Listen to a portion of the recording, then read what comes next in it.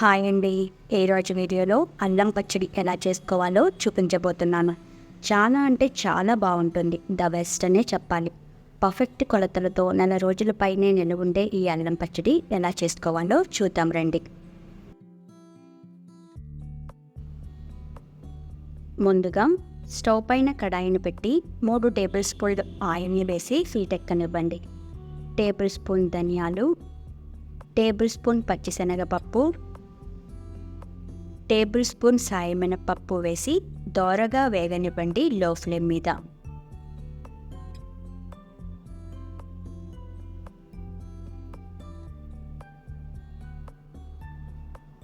కొత్తగా మన ఛానల్ని ఎవరన్నా చూస్తున్నట్లయితే ప్లీజ్ లైక్ చేయండి. మీ లైక్ని అయితే వృధా కానివ్వను. దోరగా వేగాక 50 గ్రాములు ఎండుమిర్చి, 50 గ్రాములు అల్లం ముక్కలు వేసి అల్లం పచ్చివాసన పోయే వరకు వేగనివ్వండి.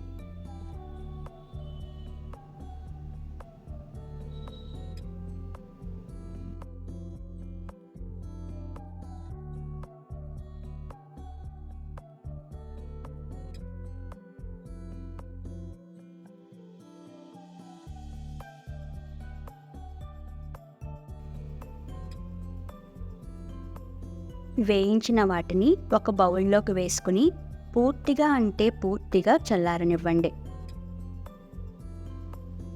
చల్లారిన అల్లం ఎండుమిర్చిని బ్లెండర్ జార్లో వేసుకోండి.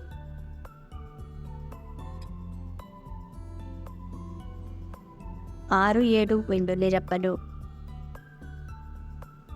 టేబుల్ స్పూన్ జీలకర్ర, రుచికి సరిపడా ఉప్పు, అల్లం ఎండుమిర్చికి డబుల్ క్వాంటిటీ అంటే 100 గ్రాములు బెల్లం, 50 గ్రాములు చింతపండు నుండి తీసిన చిక్కని చింతపండు గుజ్జు,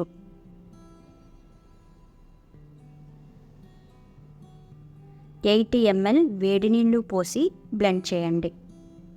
చన్నీళ్లు పోస్తే పచ్చడి త్వరగా పాడైపోతుంది. అదే వేడి నీళ్లు పోస్తే నెల రోజులు తప్పకుండా నిలువ ఉంటుంది. మీకు అర్థమైంది కదా. 50 గ్రాములు అల్లం, 50 గ్రాములు ఎండుమిర్చి, 50 గ్రాములు చింతపండు, 100 గ్రాములు బెల్లం. ఇది పర్ఫెక్ట్ కొలతని గుర్తుంచుకోండి. అంతేనండి, సింపుల్ అండ్ సూపర్గా చేసుకునే అల్లం పచ్చడి తయారు. ఏంటి, నచ్చిందా? ట్రై చేస్తారా? ఎలా వచ్చిందో కామెంట్ సెక్షన్లో తెలియజేయండి.